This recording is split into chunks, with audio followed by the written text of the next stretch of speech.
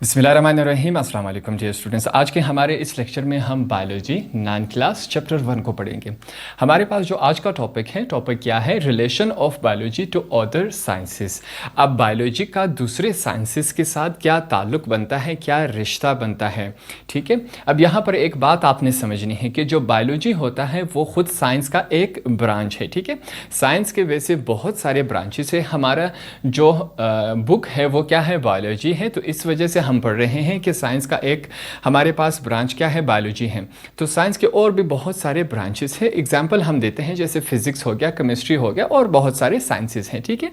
इसी तरह यहाँ पर हम क्या करेंगे कि जो बायोलॉजी है उसको साइंस के दूसरे साइंसेस के साथ मिलाकर पढ़ेंगे और देखते हैं हमारे पास कौन सा एक नया साइंस बनता है या नहीं बनता, उसमें हम क्या पढ़ते हैं। तो हमारा टॉपिक यही है, क्या है, relation of biology to other sciences.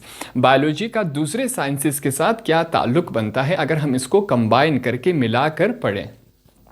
तो हमारे पास क्या है, in biology though we study about living things yet it is also related with other branches of science. अब बायोलॉजी में हम क्या पढ़ते हैं, हमने कहा बायोलॉजी का हमने डेफिनेशन भी पढ़ा था कि बायोलॉजी में हम जिंदगी के बारे में, जिंदा चीज़ों के बारे में पढ़ते हैं। यहाँ पर हमें क्या बताया गया है कि भाई बायोलॉजी में तो हम जिंदा चीज़ों के बारे में पढ़ते हैं, फिर भी हम क्या करेंगे, इसको बायोलॉजी को दूसरे साइंसेस के साथ मिलाएंगे, उसके साथ रिलेट करवाएंगे जो साइंस के हमारे पास और ब्रांचेस हैं। अब एग्जाम्पल हम कैसे देंगे, एग्जाम्पल समझे। Without the knowledge of chemistry we can not explain the process of photosynthesis in plant. अब यहाँ पर एक चीज़ समझने की ज़रूरत है। ये क्या है, आपके पास एक एग्जाम्पल है कि भाई बायोलॉजी दूसरे साइंसेस के साथ कैसे मिलकर काम करता है। एग्जाम्पल क्या है कि भाई फोटोसिंथेसिस का जो प्लांट्स में अमल होता है। अब फोटोसिंथेसिस क्या होता है, स्लाइड से टच इसको देते हैं आपके लिए, थोड़ा सा आपको समझ आ जाएगा। इसका आगे हमारे पास डिटेल में टॉपिक आएगा। फोटोसिंथेसिस क्या होता है, अगर आसान अल्फाज में आपको समझा सकूं, हम एक प्लांट को रखेंगे, उसके ऊपर हम एक बॉक्स रख देंगे, ठीक है, ताकि पूरा जो सनलाइट है वो कवर हो सके। और इस बॉक्स में से हम एक कोने में से क्या कर देंगे, छोटा सा सुराख ओपन हम कर देंगे, उसमें से एक छोटा सा सुराख रहने देंगे। तो जहाँ से सूरज की रोशनी आएगी, मैं एग्जाम्पल से आपके लिए समझा देता हूँ, ठीक है। ये हमारे पास क्या है, एक पौधा है, ठीक है। इसको हमने क्या किया, यहाँ पर रखा और इसके ऊपर हमने क्या किया, एक बॉक्स रख दिया। क्या रख दिया, बॉक्स। अब पूरा यहाँ से सूरज की रोशनी नहीं जा सकती, तो हम क्या करेंगे, यहाँ से हमने इसको ओपन छोड़ दिया। ये हमारे पास क्या है, सन है, ठीक है। ये हमारे पास क्या है, सन है। अब सूरज की जो रोशनी जाएगी, सूरज की जो रोशनी जाएगी वो सिर्फ इस हमारे पास सिर्फ यहाँ से इस वाले हिस्से से जाएगी, ठीक है। सूरज की रोशनी जब यहाँ से जाएगी, जो पौधे का ग्रोथ होगा वो टोटल उस तरफ होगा जहाँ से सूरज की रोशनी आ रही है। पौधा टोटल जो अपनी ग्रोथ है, जब वो बढ़ेगा तो उसका जो पूरा साइज होगा वो सूरज की उस रोशनी की तरफ होगा। अब इस अमल में हमारे पास केमिकल्स का रिएक्शंस होता है, ठीक है। तो केमिकल्स हम कहाँ पढ़ते हैं, केमिस्ट्री में पढ़ते हैं। अब हम यहाँ पर क्या पढ़ रहे हैं, बायोलॉजी। एग्जाम्पल क्या दिया गया है कि फोटोसिंथेसिस के अमल को समझने के लिए हमारे पास केमिस्ट्री का इल्म लाजमी होना चाहिए। अब केमिस्ट्री एक अलग साइंस है, ब्रांच ऑफ साइंस है, बायोलॉजी एक अलग ब्रांच ऑफ साइंस है। तो फोटोसिंथेसिस हम बायोलॉजी में पढ़ते हैं। कहा क्या गया है, एग्जाम्पल क्या दी गई है कि भाई फोटोसिंथेसिस के अमल को समझने के लिए हमारे पास केमिस्ट्री का इल्म होना चाहिए, हमें केमिस्ट्री को जानना चाहिए, केमिकल्स के बारे में हमें पता होना चाहिए। केमिकल्स हम कहाँ पढ़ते हैं, केमिस्ट्री में। तो एग्जाम्पल यही दिया गया है कि बायोलॉजी दूसरे साइंसेस के साथ मिलकर काम करता है, मिलकर हम इसको स्टडी भी कर सकते हैं। अब आगे चलते हैं। By the union of biology with other branches of science many new branches have developed. Some examples are as, अब बायोलॉजी जब दूसरे साइंस के ब्रांचेस के साथ जब मिलेगा, कंबाइन होगा, तो हमारे पास साइंस के न्यू ब्रांचेस डेवलप्ड होंगी, न्यू ब्रांचेस हमारे पास बनेंगे, जो कि हमारे पास है।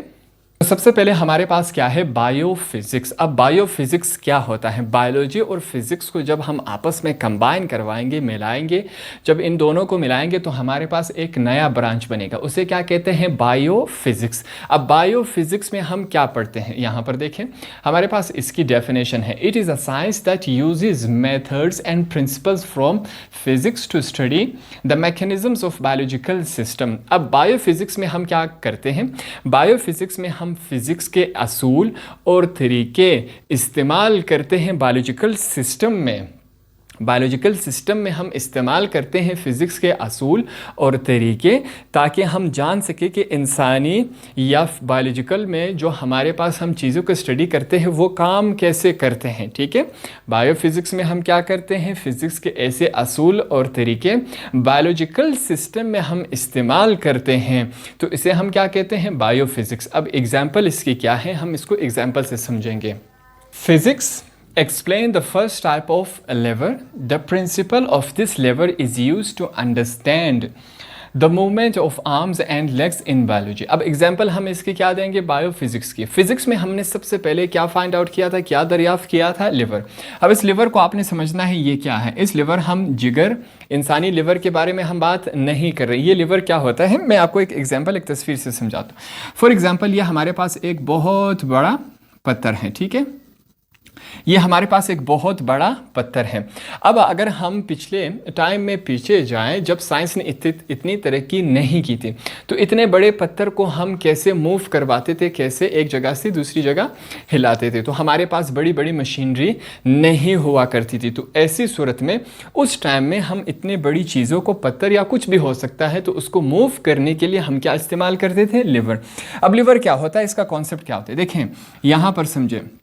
एक बड़ा सा रोड हम यहाँ पर ऐसा लगाएंगे, ठीक है। हमने क्या किया, एक बड़ा सा रोड लिया और यहाँ पर हमने ऐसे लगा दिए, और यहाँ पर हम एक ऐसा छोटा सा चीज़ रख देंगे, पत्थर हो सकता है, कुछ भी हो सकता है, ठीक है। तो ये रोड यहाँ पर हम इतना रखेंगे, ये ऊपर वाला हिस्सा बड़ा होगा, नीचे वाला हिस्सा हम छोटा रखेंगे, और ये जो चीज़ है इसको यहाँ पर प्लेस करेंगे।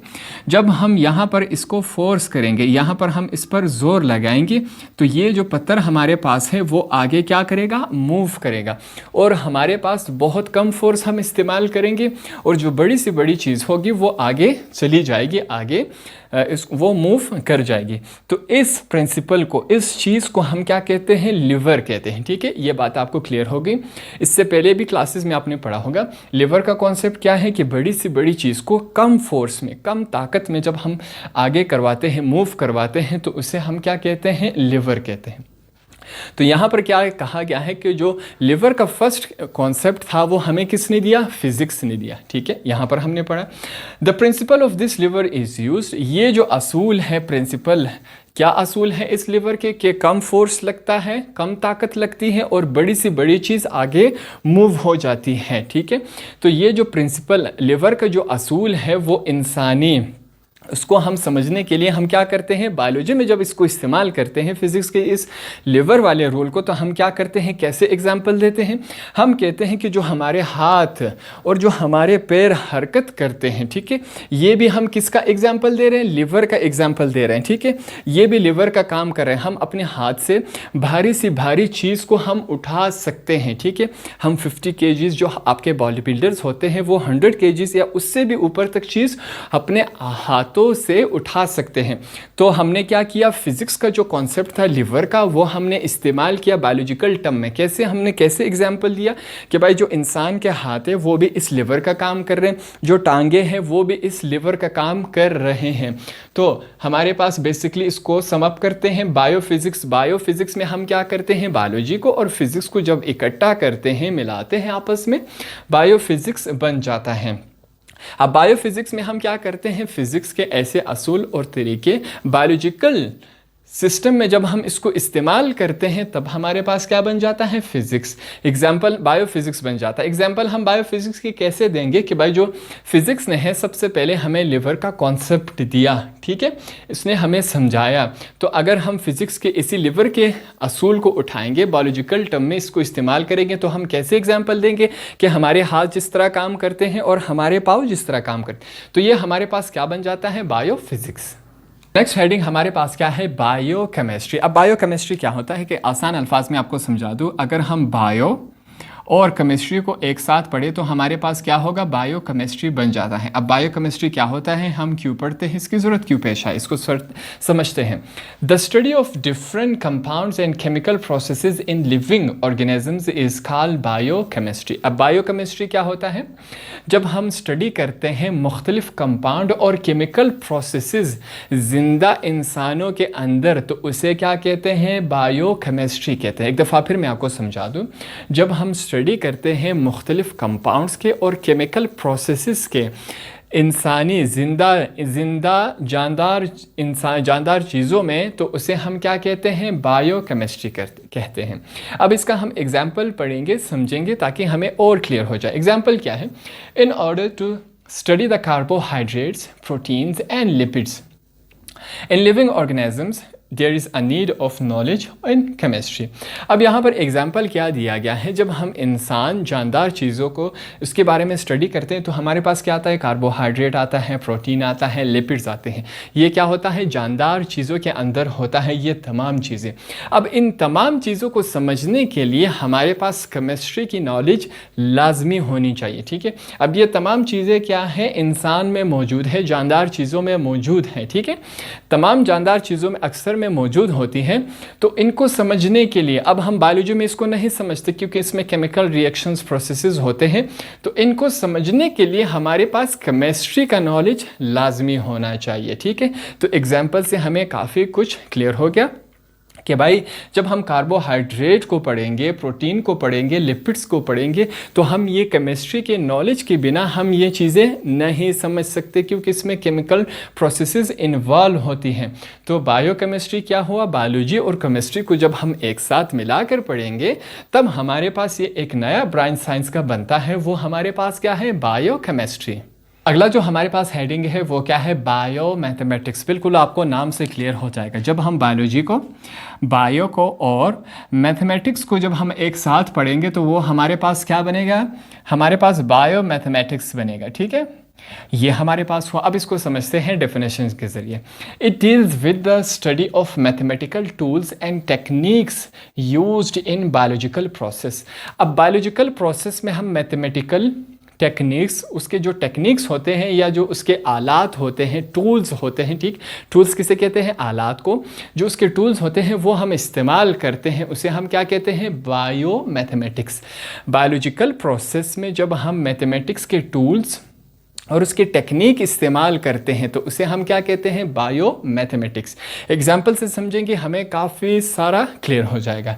एग्जाम्पल क्या है, to make a graph of data of biological experiment the rules of mathematics will be applied. अब बायो में मैथमेटिक्स का क्या किरदार है, आसान एग्जाम्पल से मैं आपको समझाऊंगा, आपको बिल्कुल क्लियर हो जाएगा। फॉर एग्जाम्पल हम एक क्या कर रहे हैं, एक्सपेरिमेंट कर रहे हैं, हम कोई दवाई बना रहे हैं, तो हम क्या करेंगे, फॉर एग्जांपल हम एक्सपेरिमेंट कर रहे हैं, हम कहेंगे अगर हम कोई भी केमिकल, फ़र्ज़ करें हम कोई भी केमिकल उठा के हम कहते हैं कि भाई ये वाला जो केमिकल है ये हमने कितना डालना है, 8 मिलीलीटर। जब हम किसी भी चीज़ में 8 कोई केमिकल डालेंगे तो हम कहेंगे कि इसका असर इतना हो गया, ठीक है।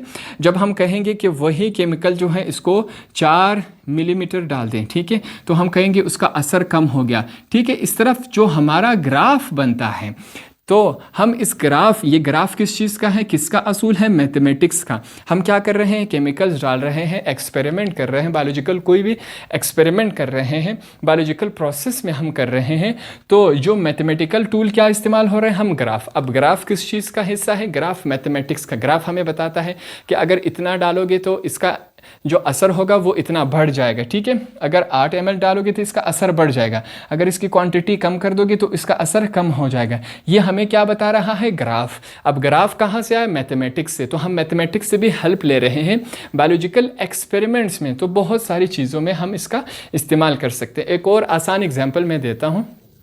आपने अक्सर टीवी में या हॉस्पिटल्स में देखा होगा, जो हार्ट के पेशेंट होते हैं इनको जब वहाँ पर चिप्स लगाई जाती हैं तो वहाँ एक छोटी सी टीवी होती है, उसमें हमारे जो दिल की धड़कन होती है वो इस तरह ऊपर नीचे जा रही होती है, ठीक है। तो अब ये जो मशीन है, इस मशीन में हमने क्या इस्तेमाल किया, मैथमेटिक्स का हमने हेल्प लिया, उसके ग्राफ का हमने हेल्प लिया। अब इन लाइन से हमें पता चल रहा है कि इंसान की दिल की धड़कन ऊपर है, ज़्यादा है या नीचे है। तो हम क्या कर रहे हैं, बायोलॉजिकल प्रोसेस में मैथमेटिक्स का हम हेल्प ले रहे हैं, तो इसे क्या कहते हैं? बायो मैथमेटिक्स कहते हैं।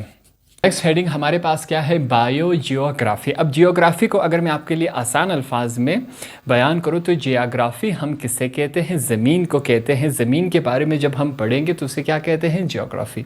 अब जियोग्राफी में हम क्या पढ़ते हैं कि कुछ इलाके खुश्क होते हैं, कहीं पे समंदर होता है, कहीं पे पहाड़ होता है, कहीं पे डेजर्ट होता है, तो ये तमाम चीज़ें हम कहाँ पढ़ते हैं? जियोग्राफी में। तो जियोग्राफी आपको समझ आ गई। बायो का मतलब क्या है? ज़िंदगी।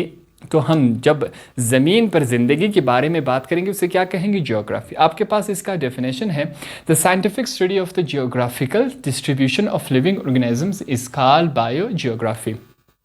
अगर मैं ये आपके लिए आसान अल्फाज में बयान करूँ तो ये हमारे पास क्या कहता है? जब हम ज़मीन पर जियोग्राफी, ज़मीन पर जब हम साइंटिफिक स्टडी करेंगे, ज़मीन पर जितने भी जानदार चीज़ें हैं उनको हमने अलग अलग करके रखा हुआ है, उनको हमने डिस्ट्रीब्यूट किया हुआ है कि कौन सी जानदार चीज़, कौन सा जानदार कहाँ रहता है, कौन सा जानदार कहाँ रहता है, तो इसे हम क्या कहते हैं? Bio geography. एक दफ़ा फिर से मैं समझा दूँ, जब हम साइंटिफिक स्टडी करेंगे ज़मीन के बारे में और हम जानदार चीज़ों को डिस्ट्रीब्यूट करेंगे, उनको अलग अलग करके रखेंगे कि कौन सा जानदार कहाँ पर रहेगा। एग्जाम्पल से इसको देखेंगे, each organisms lives in a specific geographical region. अब जो हर जानदार होता है वो एक ख़ास मखसूस इलाके में वो रहता है, ज़िंदा रहता है। कैसे? इसका example, a camel successfully lives in a warm desert and a polar bear lives in a cold areas. अब यहाँ पर देखें एग्जांपल दी है, एग्जांपल से आपको बिल्कुल क्लियर हो जाएगा। एक जो ऊँट होता है वो कामयाबी से अपनी ज़िंदगी बसर करता है कहाँ पे? गर्म इलाके में, डेजर्ट में, सहरा में। ठीक है, जो ऊँट होता है वो गर्म इलाके में अच्छी तरीके से अपनी ज़िंदगी बसर कर सकता है, मगर जो पोलर बियर होता है, जो बर्फ़ानी रीछ होता है, वो एक ठंडे इलाके में रह सकता है, ज़िंदा रह सकता है। ठीक है, वो बर्फ़ानी इलाके में ज़िंदा रहता है। अगर हम क्या करें, कैमल को हम यहाँ पर बर्फ़ानी इलाके में लाए तो वो मर जाएगा। अगर हम पोलर बियर को, जो ठंडे इलाके में रहता है, अगर हम उसको गर्म इलाके में ले जाए, डेजर्ट में ले जाए, तो वो वहाँ पर ज़िंदगी नहीं गुजार सकता। तो इस तरह हमने बायो जियोग्राफी में क्या किया है कि हमने तमाम जो जानदार चीज़ें हैं उनको हमने अलग अलग करके रखा हुआ है, उनको हमने बताया है कि कौन सा जानदार कहाँ पर रह सकता है, अच्छी तरीके से अपनी ज़िंदगी बसर कर सकता है। गर्म जो जानवर होते हैं वो गर्म इलाकों में अच्छी ज़िंदगी गुजार सकते हैं, जिस तरह ठंडे जानवर होते हैं वो ठंडे इलाकों में, बर्फ़ानी इलाकों में जहाँ पर बर्फ़ होता है वहाँ पर अपनी ज़िंदगी अच्छी तरीके से बसर कर सकते हैं। तो इस स्टडी के बारे में हम क्या कहते हैं? Bio geography. नेक्स्ट हेडिंग हमारे पास क्या है? Bio economics. बायो इकोनॉमिक्स क्या होता है? यहाँ पर फिर से आसान करके इसको हम करेंगे। बायोलॉजी को जब हम इकोनॉमिक्स के साथ पढ़ेंगे तो इसे हम क्या कहते हैं? Bio economics. ठीक है, अब बायो का तो हमें पता है कि बायो का मतलब क्या होता है? लाइफ, ज़िंदगी के बारे में। ठीक है, बायोलॉजी ज़िंदगी के बारे में पढ़ना।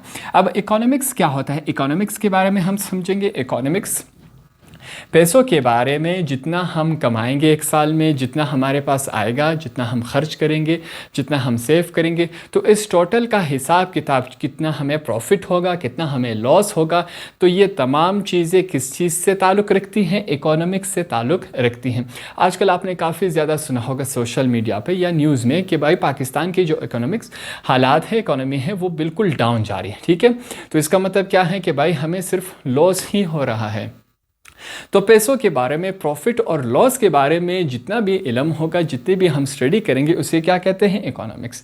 तो ज़िंदगी के बारे में कुछ ऐसे बिजनेसेस होते हैं जो लाइफ से रिलेटेड होते हैं, जो जानदार चीज़ों के से रिलेटेड होते हैं, उसमें हम इकोनॉमिक्स को बायो के साथ मिक्सअप करते हैं। अब इसको जब हम डेफिनेशन पढ़ेंगे तो हमें काफ़ी कुछ क्लियर हो जाएगा। डेफिनेशन क्या कह रहा है? Bio economics is the study of the living resources using economic model. अब ज़िंदगी में जानदार चीज़ों में जब हम इकोनॉमिक्स के मॉडल को हम इस्तेमाल करेंगे, उसे क्या कहते हैं? Bio economic.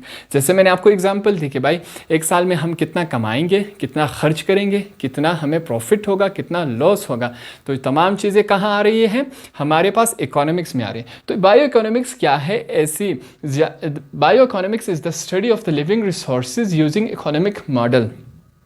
ज़िंदगी के रिसोर्सेज के बारे में जब हम ज़िंदगी के रिसोर्सेज के बारे में जब हम इकोनॉमिक मॉडल को इस्तेमाल करेंगे उसे क्या कहते हैं? Bio economics. आगे चलते हैं और क्लियर हो जाएगा। Bio economics helps to estimate about benefits और losses of a business related with living organism. जिंदा जानदार चीज़ों के बारे में जितना भी हम बिजनेस करते हैं, बायो इकोनॉमिक्स हमें उस चीज़ में मदद करता है, हमें बताता है कि भाई आप इतना प्रॉफिट करोगे इसमें और इतना हम क्या करेंगे? लॉस करेंगे। Bio economics helps to estimate about benefits और लॉसेस। बायो इकोनॉमिक्स हमें बताता है कि भाई आप इतना लॉस करोगे और इतना आपने प्रॉफिट करना है जब आप किसके बारे में बिजनेस करें? किससे रिलेटेड? लिविंग ऑर्गेनिज्म, जानदार के बारे में जब आप बिजनेस करें। एग्जाम्पल से समझते हैं। The cost and value the cost value and profit value of the poultry business can be calculated. अब जब आप पोल्ट्री का बिजनेस करते हैं, मुर्गियों का जब आप फार्म बनाते हैं, तो उसमें बायो इकोनॉमिक्स आपको हेल्प करता है कि भाई आपने इतनी मुर्गियाँ लाई, इतने पैसों से आपने ख़रीदी, इतना खुराक दे रहे हैं, तो ये आपको इतना फ़ायदा देगा और इतना नुकसान देगा। जो ये हमें फ़ायदा और नुकसान बता रहा है वो हमें कौन बता रहा है? Bio economics. इकोनॉमिक्स हमें बता रहे हैं। अब यहाँ पर बायो इसमें क्या है? Poultry farm. जो मुर्गियाँ होती हैं वो खुद क्या है? जानदार हैं। जब हम किसी भी जानदार चीज़ का बिजनेस करते हैं, जैसे फार्म आपका बकरियों का भी हो सकता है, गाय भैंसों का भी हो सकता है, मुर्गियों का भी हो सकता है। जब हम किसी जानदार के बारे में का बिजनेस करें और इकोनॉमिक्स हमें प्रॉफिट और लॉस बताएं, तो उसे हम क्या कहते हैं? Bio economics. तो इकोनॉमिक्स भी बायो के साथ मिलकर हमें बायोलॉजी में हेल्प करता है। तो इस तरह हमारा ये वाला जो लेक्चर है वो कंप्लीट हुआ।